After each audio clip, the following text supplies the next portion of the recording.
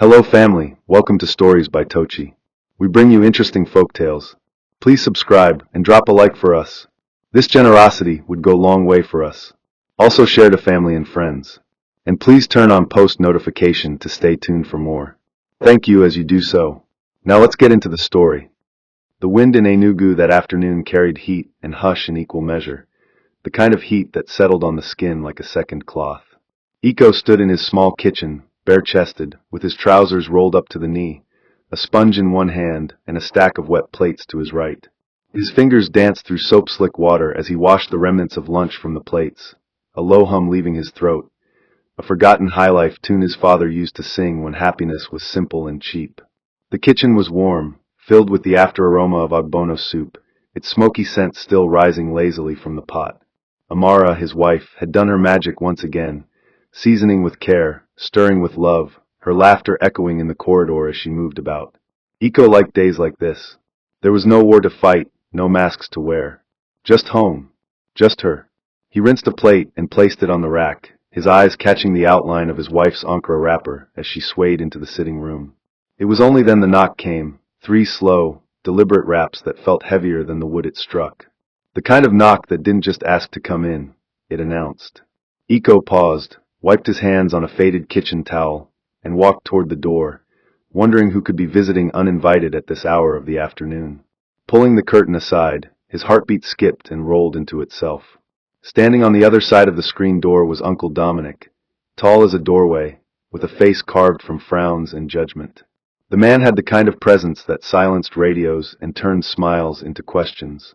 Iko hesitated, only for a moment, then pulled the door open. "Uncle, welcome," he said with as much warmth as he could carry. Dominic stepped inside without waiting to be invited, his eyes sweeping across the room as though calculating the worth of every chair, every picture frame, every unseen mistake. He carried no bag, no sign of where he had come from, or how long he intended to stay. Just a scowl and a presence. Amara emerged from the hallway with that graceful charm that made strangers feel like guests, her voice bright and clear as fresh water. "Good afternoon, sir. You're welcome. I hope there was no traffic?" she asked, already reaching for the remote to lower the TV volume. Dominic didn't respond immediately. He stared at her like a question he didn't want to ask. "I'm fine," he muttered, taking the seat closest to the window, his large frame creaking the wood. Iko sat opposite him, legs crossed, masking the curiosity bubbling under his calm. "Should I get you something to drink, Uncle? Maybe a cold beer?" Iko offered, standing. Dominic nodded slowly, and the room sank into silence once again, the only sound being the distant honking from the road outside, and the ceiling fan ticking like a slow metronome keeping time on the tension that had just entered their home. Iko returned shortly after with the beer, beads of cold water racing down the brown bottle's body like tiny sprinters. He placed it gently on the side stool and returned to his seat.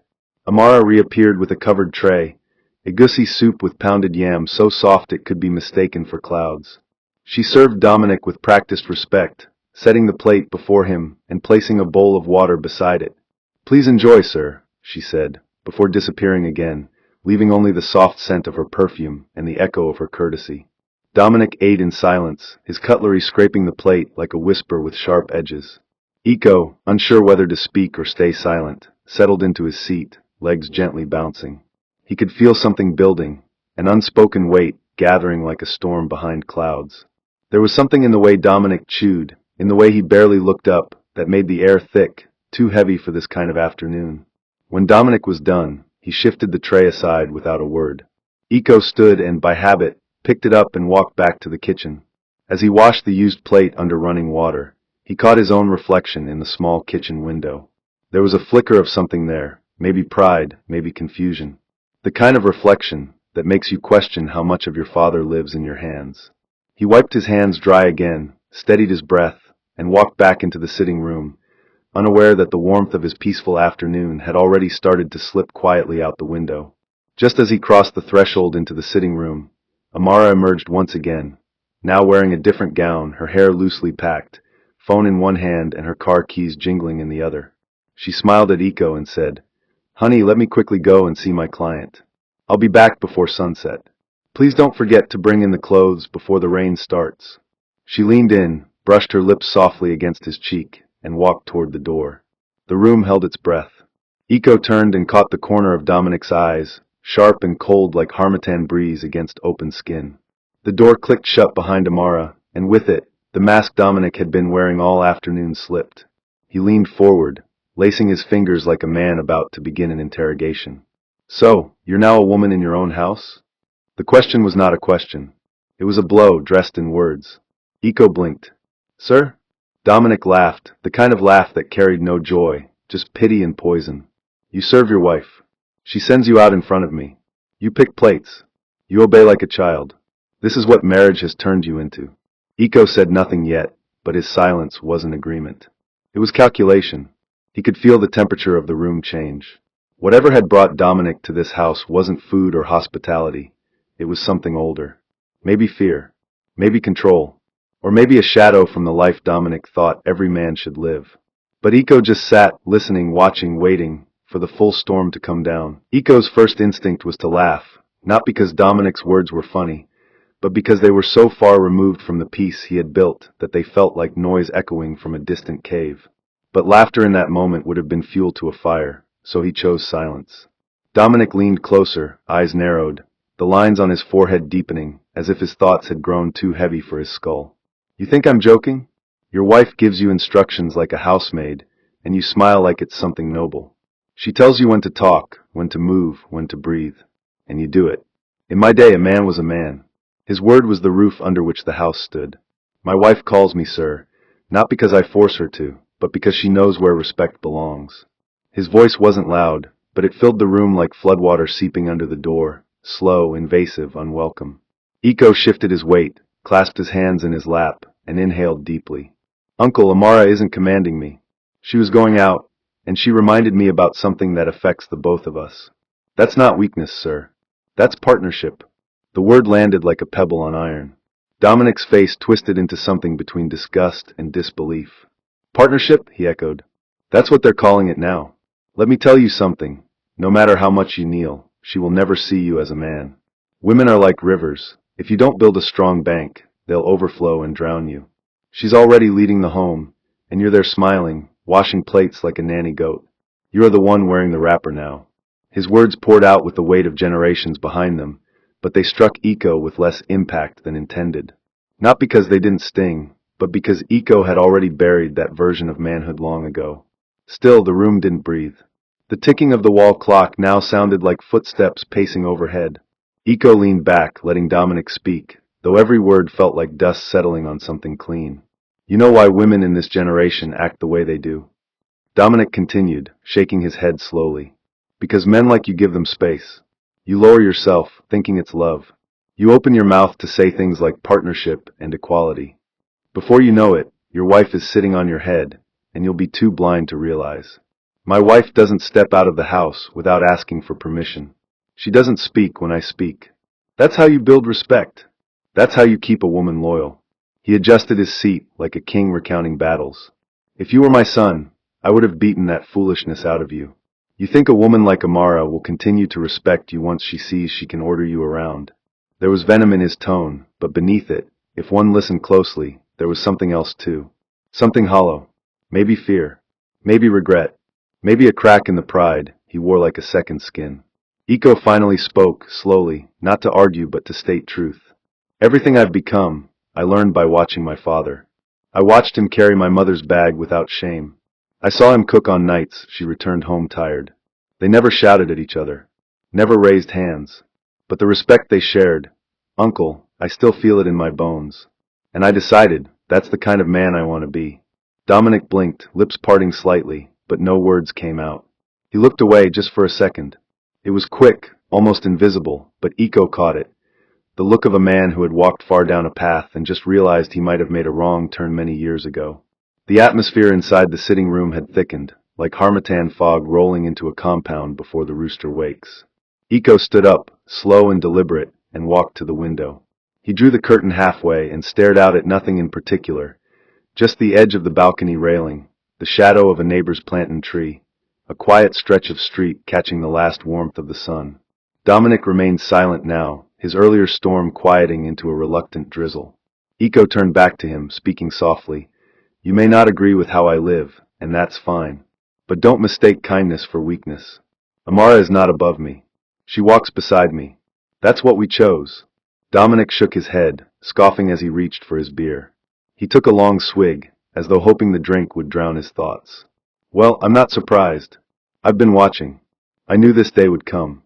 You, serving beer like a steward, washing dishes like a kitchen boy, nodding to your wife's schedule. Just know, she will never respect you.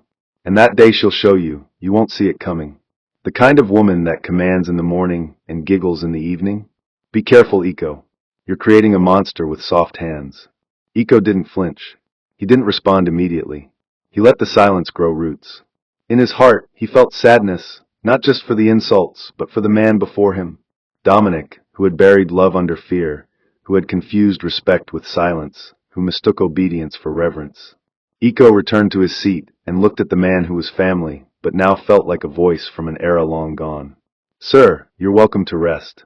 I'll go check on something in the backyard, he said quietly, leaving Dominic to stew in his own storm cloud. He stepped out through the back door and let the evening air wrap itself around him. The compound was quiet, save for the distant sound of children playing down the street. A faint smell of smoke from someone's cooking fire curled through the air, mingling with the scent of drying clothes fluttering gently on the line. He looked up at the sky, clouds gathering lazily, like friends arriving late to a village meeting. He remembered Amara's words, "Don't forget to bring in the clothes." And so he began, one peg at a time, removing shirts and wrappers, folding them carefully. Each cloth felt like a small moment shared, a laugh, a dance in the rain, a quiet night. This was their life, their story, and no man, not even one bound by outdated pride, could rewrite it for him. He stood there for a moment, holding a blouse of hers to his chest, smiling slightly. The door creaked behind him. He turned, expecting Dominic. But it was silence, just the creak of an old hinge and a gentle breeze. Somewhere in the compound, a bird let out a single note, as if affirming the stillness of things. Iko exhaled deeply, folded the last of the clothes, and turned to go back inside. He had no idea that this afternoon would stay with him for a long time, or that the very man who called him weak would later scream for help, naked and barefoot, chased by the consequences of a house built on fear instead of love. Evening came with its own kind of silence, one that didn't demand attention but simply wrapped itself around the house like an old shawl. Iko sat by the veranda, a mug of warm water between his palms, staring out into the dimming streets of their Enugu neighborhood. The day had stretched itself like thick ogbono, dragging its emotions across the hours until they could no longer be ignored. Amara returned a little past 7, her car headlights dancing across the compound wall before she parked. He didn't call out. She didn't ask questions. She stepped out of the car with her usual calm grace, carrying the scent of body spray and city air. Inside, they sat across from each other, their silence rich and filled with quiet knowing. Iko eventually broke it, not with drama, not with bitterness, but with simple words. He said, "I'm now the woman in the house." Amara paused, one hand still on the lid of the food flask she had just brought in. She looked up slowly, her lips curled slightly, not into a smile, but into something softer. "He said that?" she asked, almost laughing. "He said a lot more," Iko added, rubbing the back of his neck like the words had left fingerprints there. "Said you won't ever respect me. Said my kindness will backfire. Said he rules his home with silence and fear, and that anything less makes a man weak." Amara finally released the laughter building in her chest. It came out rich and clean, echoing off the walls. It wasn't mocking, it was the kind of laugh that belongs to people who've seen both chaos and peace, and have made their choice. She stood, went to the kitchen, and returned with 2 plates. No fuss, no formalities. She dished the egusi soup and set it between them, the aroma floating gently, invitingly. Iko smiled at the ease with which she moved through their life. There was no struggle here, no battles for control, just rhythm. They ate together, speaking in between swallows, their conversation dancing from her client's stubborn demands to the price of tomatoes in the market. Only after the plates had been cleared and rinsed did the conversation gently return to Dominic. "You know," Amara began, wiping her hands on a cloth, "a man like your uncle was raised in a world where love came with conditions, where power meant silence and control passed for respect. That kind of thinking, once it grips someone, it becomes like rust on iron. Slow, stubborn, and dangerous." Iko nodded. "And the sad part is he doesn't even see the weight he's carrying. He wears it like armor, not realizing it's what's sinking him." Amara walked over, sat beside him, and laid her head on his shoulder. "But you're not him," she said softly. "We're not them, and we won't become them. We built something different, something that listens, that shares." He kissed her forehead, letting her words sink deep into the tired corners of his mind. Outside, the crickets had begun their evening chorus, the breeze had cooled, and somewhere a generator hummed like a low lullaby. Peace had returned, even after the storm Dominic tried to bring into their walls. But something lingered in Eco's chest, an ache not of doubt, but of sadness for a man who had chosen fear where there could have been warmth. That night, sleep came in waves. Eco tossed between dreams that made little sense and thoughts that wouldn't leave him alone. At one point, he found himself dreaming of his parents, his father in the backyard, tending to the garden, while his mother sat nearby, humming a tune that seemed older than her own voice. They didn't speak in the dream, but their silence was whole. Eco awoke before dawn, bathed in a mixture of sweat and clarity. The dream hadn't brought answers, only reminders. Of what could be. Of what once was. The next morning, Amara was already up, her voice drifting through the bathroom door as she sang, off-key but cheerfully. He stood at the doorway and watched her through the mirror's reflection, and for a moment, he saw the future clearly, not as a prediction but as a choice. They weren't perfect, but they were intentional, and that made all the difference. After breakfast, he called Dominic. Not out of guilt, not even obligation, but because peace demands effort. Dominic didn't answer. Eco tried again an hour later. Still nothing. He left a message. "Uncle, thanks for visiting. Take care of yourself." No anger. No confrontation. Just a sentence. That was enough. Some walls weren't meant to be broken down by arguments. Some would only fall when the person inside got tired of staring at bricks. And Eco knew, deep in the quiet space of his spirit, that Dominic's own house had cracks not even he could see. The week passed like a slow river after rain, gentle, steady, and filled with small things that made life meaningful. Eco returned to work, Amara met more clients, and the house remained filled with light laughter and the scent of warm meals. But the shadow of that conversation with Dominic lingered, not like a storm cloud, but like a forgotten book on the shelf, always there, even if unopened. On Friday evening, Amara returned home unusually quiet. Eco noticed it the moment she walked in. Her face didn't carry its usual brightness. "Is everything okay?" he asked as she untied her scarf. She hesitated before answering. "I ran into your cousin, Ozioma. She mentioned something strange, said Uncle Dominic and his wife haven't been seen outside in days. That people have been hearing noises. Shouting. Breaking things." Eco's brows furrowed. He felt an old feeling rise inside him. Not guilt, not fear, something else. A knot forming where concern meets confirmation. "No one's checked on them?" Amara shook her head. "Ozioma said neighbors are tired. They said it's always one fight or another.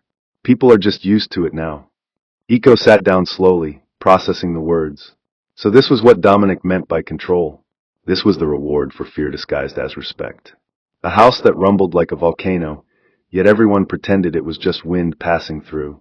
Amara took his hand, squeezed it gently. They didn't speak. They didn't need to.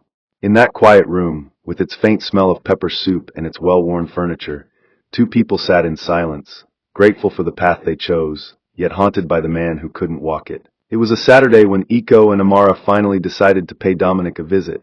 It had been over a week since Ozioma's passing mention of trouble in Dominic's home, and though silence had returned to their compound, that lingering thought of something being off never quite left Eco's mind. The air that morning had a strange weight to it, neither heavy with rain nor light with wind, just still, as if the sky itself was watching and waiting. Amara wore a plain blue dress, tied her hair in a scarf, and carried a flask of hot rice and stew out of courtesy. Eco didn't speak much as he drove. His hands were steady on the wheel, but his thoughts ran with the quiet panic of a man anticipating the unknown. The road to Dominic's part of Accra layout was filled with potholes and lined with shops that looked more like extensions of people's living rooms. When they finally reached the gate, something didn't feel right. It was ajar, swinging ever so slightly, creaking with the rhythm of uncertainty. Inside, voices rose, not the kind of domestic chatter that homes usually produce, but the sharp clashing sounds of chaos unrestrained. A pot crashed. A shrill scream followed. Then silence. Then another crash. Eco parked immediately, heart pounding now like it had grown its own legs. Amara clutched his hand, but said nothing. Together, they stepped into the compound, only to find two neighbors standing by the fence, arms crossed, watching like people at a football match they had seen too many times. Iko approached one of the neighbors, a short man with tired eyes and a face that had grown used to the ugly side of people's marriages. "What's happening?" Iko asked. The man barely glanced at him before replying. "Nah dem again. They don't start." His voice was dry, lacking surprise or concern, as though drama had become wallpaper in this compound. "We don't tire. Every time, nah fight. If no be bottle today, nah boiling ring tomorrow. We don't reach point where we no day separate dem again. Make dem kill themselves if dem want kill themselves." The words stung, not just because they were cruel, but because they were real. They came from the mouth of a man who had given up on caring.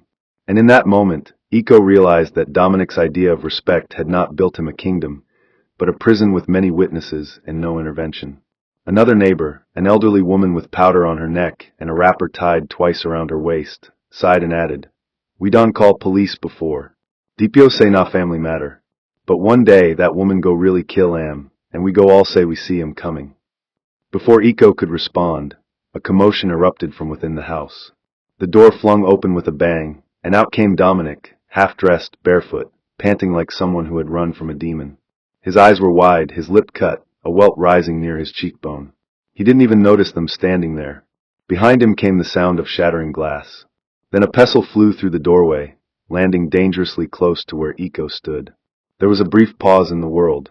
Even the wind seemed to stop and watch. Dominic stumbled across the compound, clutching his side, shouting in a voice that cracked under panic, "This woman wants to kill me, oh! She wants to kill me today." His voice rang out, not with authority but with desperation. It was the voice of a man who no longer ruled, no longer controlled, no longer pretended. A voice stripped bare. Amara's grip tightened on Iko's wrist, her eyes following Dominic as he dashed past them without recognition. The man they once knew to walk like thunder was now fleeing like smoke. The woman inside shouted insults loud enough for the whole neighborhood to hear, her words sharp and dirty, flung like broken plates. "You day mad. You day craze. Now you go control me? You go day command me like Pekin? Come back make I show you say your madness never reach my own." Her voice pierced every wall and left nothing to the imagination. Dominic disappeared around the corner, still shirtless, still running. A silence settled for a moment, then chuckles from some of the neighbors who'd seen the scene play out too many times to be shocked. But Iko didn't laugh. He stood still, frozen by something deeper than surprise. It wasn't just the shock of seeing his uncle so exposed. It was the realization that everything Dominic had tried to teach him, the pride, the fear, the control, had led to this moment. This shame, this unraveling. As they stood there, unsure of whether to go inside or turn around, Amara whispered, "Let's go." And without saying another word, they both turned and walked back to the car. Iko's footsteps felt heavier than before, like the weight of a whole legacy had settled on his back. As he opened the door for Amara, he looked back one last time at the house. From the outside, it looked like any other house, cement walls, faded paint, a curtain flapping from the window. But now he saw it clearly. It wasn't a home. It was a battlefield, where words were grenades and silence was shrapnel. Inside that house, there was no partnership, no softness, no compromise. Only survival. As he started the engine, the car hummed beneath them, smooth and quiet. Amara rested her head against the window, watching the houses blur past as they drove away. Neither of them spoke for a long time, but inside the silence, there was something sacred. Not fear, not judgment, just understanding. That they had seen both sides of the coin, and theirs was the one that didn't leave wounds in its wake. As they left the compound behind, Iko's grip on the steering wheel tightened, not in anger, but in resolve. A quiet promise passed between his fingers. Whatever it took, whatever storms came, his house would remain a shelter. Not a throne room, not a cage, but a place where both he and his wife could breathe without looking over their shoulders. That night, the silence in Iko's house had a weight it had never carried before. It wasn't the silence of unresolved conflict or unspoken tension, but something else, like the quiet that descends on a room after the last guest has left and the laughter has faded into memory. Amara sat on the edge of the bed, her back straight, her scarf untied, letting her hair fall carelessly around her shoulders. She wasn't speaking, but her thoughts were loud. Iko sat by the window, watching the moonlight spill across their tiled floor, and wondering how a man like Dominic, who once thundered into every room like a judge delivering final sentences, could now be running barefoot in fear of a woman he swore would never defy him. There was no satisfaction in the memory, no sense of justice or karma. Only sadness. The kind that makes your throat tighten even when no tears are coming. He remembered Dominic's words clearly, sharp as they had sounded in that sitting room weeks ago, about control, about obedience, about respect that was rooted in fear. But today had broken that myth like a mirror against concrete. The man who claimed to rule with an iron hand had been undone by the same grip he once used to hold down another. And Iko, watching it unfold, didn't feel victorious. He only felt tired, because he understood now, more than ever, that what people called strength was often just the fear of softness wearing a mask. The next morning, Amara spoke first. Her voice was quiet, but firm, like a woman who had been turning over many thoughts through the night and had finally decided which ones to say aloud. She placed a cup of tea before Iko and sat beside him. "That house we walked into yesterday, it used to scare me," she began. "Not because of the shouting, but because I used to think maybe we were the strange ones. That maybe I was doing too much, talking too much, loving you too loudly." Iko turned to her, his eyes soft, waiting. "But now I see it clearly. Love isn't supposed to leave bruises, or make you afraid of your own home. It's not supposed to shrink one person so the other can feel big." He reached for her hand, squeezing it gently. There was a shared understanding in the air now, one that didn't need further explanation. They had seen something raw and ugly, and instead of drawing them apart, it had reminded them why they built what they did. They were not perfect, but they were real, and that, in itself, was rare. Iko took a sip of his tea, then leaned back in his chair. "Do you know what scared me the most yesterday?" he asked. Amara shook her head. It wasn't Dominic.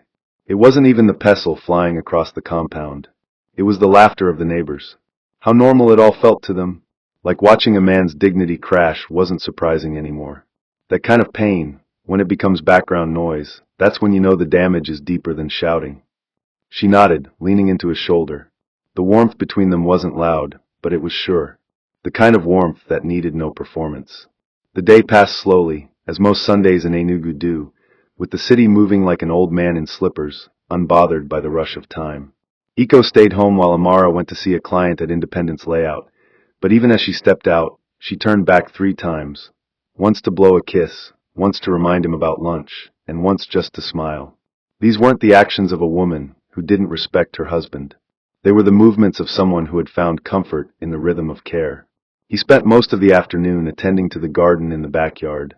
The hibiscus flowers had started to lean from the weight of last week's rain, and the scent of wet soil reminded him of childhood, of days spent playing with his younger cousins behind his parents' old house in Succa. He remembered his father's voice, calm but firm, calling them in for dinner, and his mother's laughter, always the last thing to fade before night fell. He crouched to prune a stubborn weed and found his mind wandering back to Dominic, not to what he had said, but to what he might be doing now. Had he gone back inside that house? Was he licking his wounds in silence? Or was he still outside, somewhere, wondering how everything had slipped from his hands like water he thought he could clench into shape? The thought lingered, but Iko didn't let it weigh him down. He stood up, wiped his hands, and went inside to start boiling rice. The kitchen filled with the scent of onion and thyme, and as the pot steamed, so did the memory of yesterday. Less sharply now, more like something fading into the corner of the room. Evening came, and with it, Amara's return. She brought fried fish wrapped in newspaper, a smile in her step, and dust on her heels. They ate together in the living room, not speaking much, but not needing to. Later, as they folded laundry on the bed, she looked up at him and asked, "Do you think your uncle will change?" Iko paused, holding one of his shirts, eyes fixed on the floor for a moment before answering. People change when they run out of excuses, or when they finally get tired of bleeding in silence. But not everyone survives long enough to make that turn. She didn't ask anything else. She just nodded, finished folding the blouse in her hand, and placed it in the drawer. That night, they lay in bed under the soft hum of the ceiling fan. The air was cooler now, the storm had passed, and the night was without drama. As Iko closed his eyes, he thought of all the men who had been taught to rule instead of feel, to command instead of communicate. And he hoped, silently, that their sons would unlearn what their fathers never questioned. Somewhere in the dark, Amara's hand found his. Their fingers intertwined naturally, without force, without fear, and in that small gesture, Iko knew they had won, not a battle against Dominic, but a victory over the patterns that had tried to sneak into their home. A quiet rebellion against the loud expectations of a world that mistook volume for value. And as sleep took them, peace wrapped itself around the house like a promise being kept. The weeks that followed passed like footprints in wet sand, visible, heavy, but slowly fading under time's quiet sweep. Life in Iko and Amara's home returned to its normal rhythm, but the memory of what they had witnessed in Dominic's compound lingered like smoke from a fire long put out. Nothing dramatic happened in the days immediately after. There were no calls from Dominic, no messages, no apologies. But once, on a Sunday afternoon while Iko stood outside watering the garden, he saw a cab drop Dominic at the street corner. The man stepped out slowly, thinner than before, wearing sunglasses even though there was no sun, and carrying a black nylon bag that didn't seem to hold much. He didn't look up. He didn't scan the road like someone looking to be noticed. He simply walked toward his compound like someone who had misplaced the energy to perform pride. Iko didn't call out. He simply watched. And as Dominic reached his gate, he paused for the briefest moment, just long enough to suggest he knew someone was watching, then slipped inside like wind through a narrow crack. Iko didn't mention it to Amara. He didn't need to. Some things no longer needed explanations between them. Their silences had grown fluent, their understanding full of the kind of intimacy that doesn't announce itself. They had seen too much to return to idle chatter. Even as they sat together in the evenings, sipping zobo or sharing fruits from the fridge, the mood was calmer now, more reflective. Like two people who had crossed a river and come back with a story. One day, Iko received an unexpected call from Dominic's son in Abuja. A young man named Chijiok who barely visited and often spoke like a stranger to his own father. His voice on the line was hurried and distant, as though the conversation was something to get over with quickly. "Uncle Iko, good afternoon. I just wanted to confirm, is it true my dad and mum are no longer living together?" The question came without context, without warmth. Iko paused, then answered with as much honesty as he could offer without dragging open wounds into daylight. "I don't live with them, Chijiok, but I do know things are not the way they used to be." There was a brief silence. Then the boy, who was now a man, sighed. "It's not surprising, really. Growing up in that house was like living inside a boiling pot. We were always afraid. You couldn't laugh too loud. You couldn't even cough without permission." His voice cracked, then steadied. "Anyway, thank you. I'll call him sometime." The call ended just as abruptly as it began. Iko stared at the phone screen for a long time afterward, thinking not about what had been said, but about what hadn't. The way Chijiok's voice carried both relief and guilt. The way he sounded like someone who had walked away from a crumbling building, but still carried dust in his lungs. That night, Iko told Amara about the call. She listened quietly, nodding as he spoke, her eyes betraying no surprise. "I think that boy just needed to hear that someone else saw what he saw," she said softly.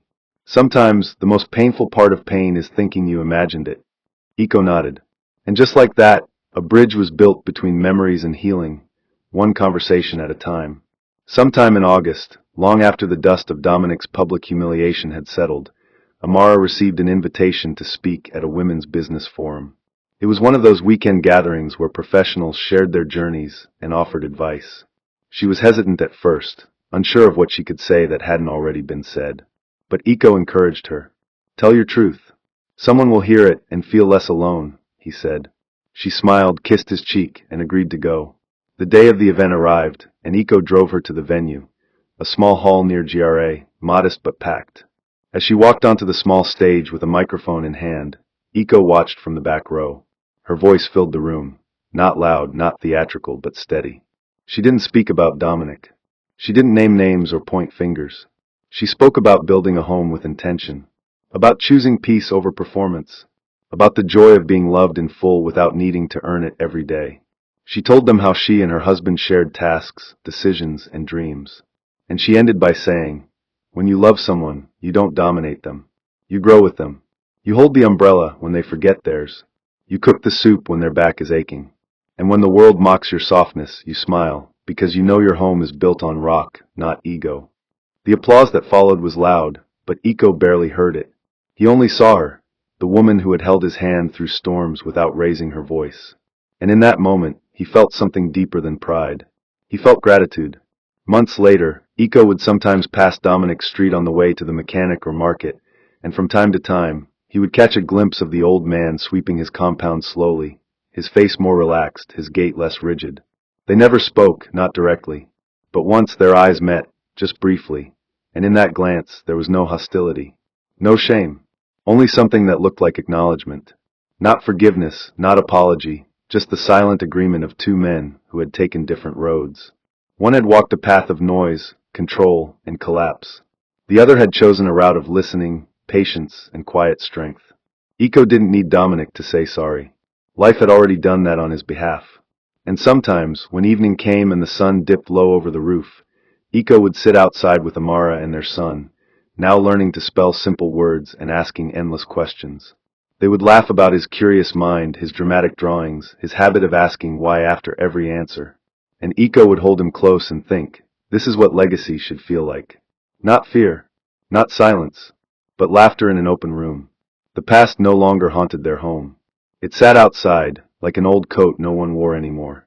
And as the moon rose over Enugu, casting its silver glow over the city, Iko understood with his whole chest that being a man was never about who stood tallest or spoke the loudest. It was about how much light you allowed into your home. And he had chosen, from the very beginning, to let love in, and to leave the door open. If this story has whispered anything to your heart, let it be this. Peace is never weakness, and love is not measured by how loud you speak, but how gently you care. Build your home on understanding, not pride. Don't be afraid to choose humility in a world that worships control. A quiet house full of respect is worth more than a loud one filled with fear. Be the kind of partner who gives peace, not pressure. And always remember, true strength is not in who commands, but in who chooses love over ego. Now let's pray. Father, thank you for the gift of love that teaches more than power ever could. May every listener find peace in their homes, wisdom in their hearts, and joy in the quiet moments that matter. Bless every marriage, every relationship, and every soul seeking healing. May pride never sit on the throne of our hearts. Give us the grace to build with patience, to lead with love, and to serve without shame. Where there is chaos, let peace return. Where there is bitterness, let kindness grow. Where there are wounds, let your healing flow. In Jesus' mighty name we pray. And if you believe it, shout a big Amen. Hope you enjoyed this interesting story. Please don't forget to like, share, and subscribe to our YouTube channel. Turn on post notifications. See you on our next story.